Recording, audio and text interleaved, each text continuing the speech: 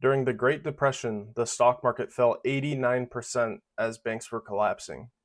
This fallout wiped a massive chunk out of the economy and is considered to be the worst downturn in American history. In the early 1930s, wheat and corn prices collapsed so badly that some farmers found their crops worth less than the cost of harvesting them. Milo Reno was one of these farmers and described neighbors using as fuel for their stoves instead of their livestock because it was literally cheaper than buying coal. Another Iowa farmer, Floyd Ezell, recalled the irony that his family's fields were full of food, yet no one had cash to buy it. So for them, abundance turned into scarcity, and the market made food nearly worthless even as people were going hungry. This was the reality for most Americans and not just farmers. There was a 25% unemployment rate during the Great Depression.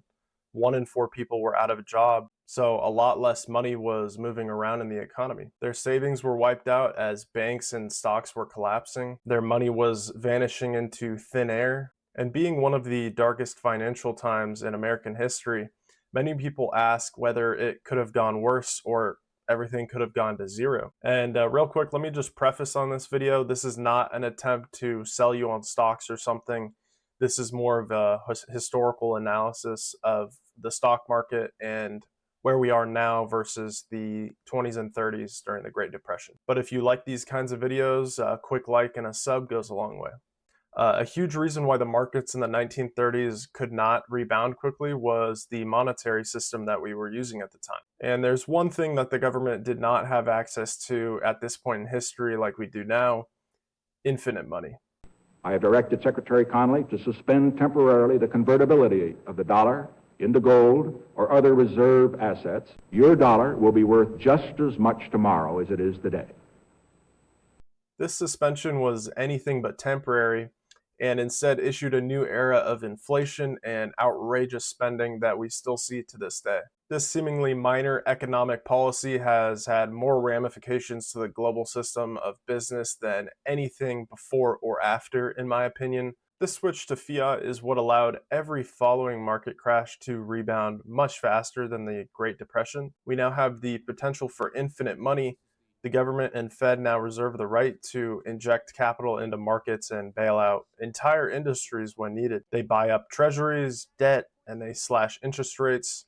And they do this to incentivize money circulation and increase economic activity. Now, clearly, this comes at a massive downside, and we've been experiencing that here for the last 5 years, especially.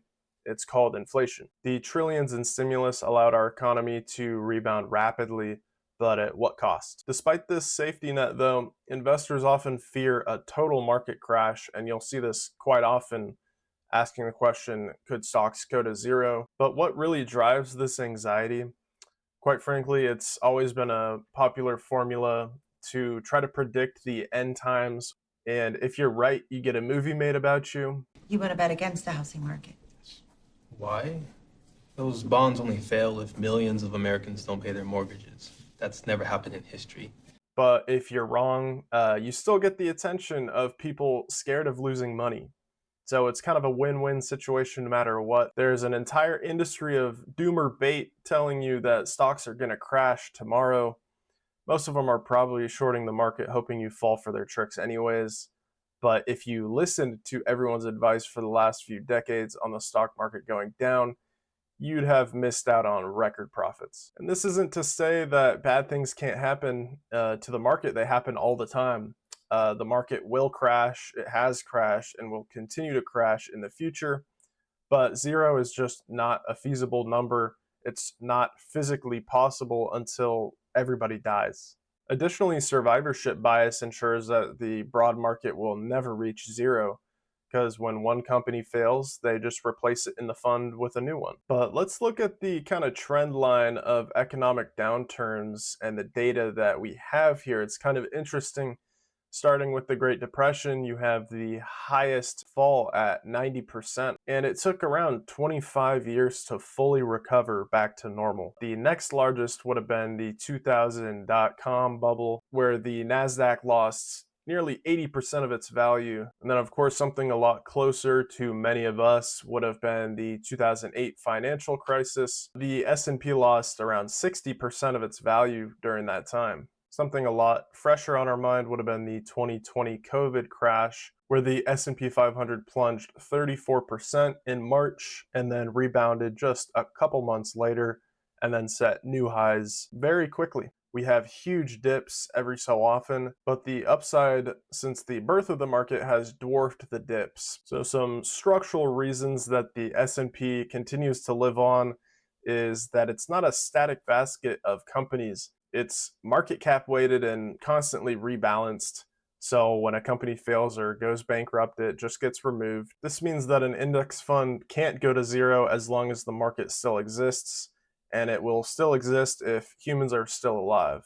Also, the stock market isn't just a bunch of fake numbers, maybe kind of a little bit, but the stock market represents something real and tangible, real companies with real assets, profits, properties, and assets. So even in the worst crashes, companies are still making money. Maybe it's less, but they're still earning money, and their capital doesn't just vanish entirely. During the 2008 financial crisis, operating earnings for the S&P 500 fell by more than one half, yet companies still produced billions in income. The business itself did not change whatsoever. It's just what the investors were willing to pay for a stock. After the crash of 1987, regulators created circuit breakers to halt trading during big one-day drops, giving panic time to cool. And more recently, the Federal Reserve acted as a backstop in the 2008 and 2020 crises. They slashed rates and flooded the system with liquidity and quantitative easing. And these policies don't stop fear, but they keep panic from spiraling into a total collapse. So maybe there is some good to what they're doing, but I think they can be a little heavy-handed sometimes that can cause adverse effects down the road for us. So there's a fine line that they need to play there. In the safety nets that we've talked here, they don't even account for the massive scale of corporate tools like stock buybacks. Together, these create a layer of resilience that makes the complete wipeout virtually impossible. Take FDIC insurance, for example. Yes, this is for bank accounts, not necessarily a stock brokerage. Since it was created in 1933, no depositor has ever lost a single penny of insured funds. Even during the 2008 crisis, when 400 plus banks failed, everybody maintained the insured level. And that guarantee alone maintains a lot of confidence in the public that things aren't going to go under. But if they do, they're protected to a certain extent. Protects the market from the snowball effect of people scared to lose money. And on the corporate side, stock buybacks have been very powerful lately. Some say that it's a stabilizer for the market, and some say that it's market manipulation. I think it's somewhere in the middle there. But in 2024 alone, companies repurchased around $900 billion worth of their own stocks, with Apple alone buying $100 billion. And these buybacks provide kind of a built-in floor price for a stock. So there is kind of a protection level there. But it is just quite a wild statistic that we almost spent $1 trillion on stock buybacks.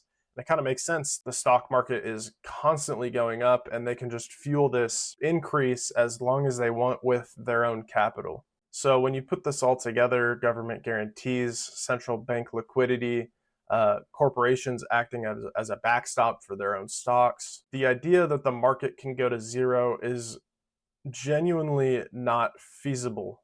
Okay, so let me entertain this idea. What if everything truly collapsed and society was drastically changed overnight? In theory, something like a nuclear war, revolution, or civil war could possibly cause this. And history does show us a couple examples with Russia and China.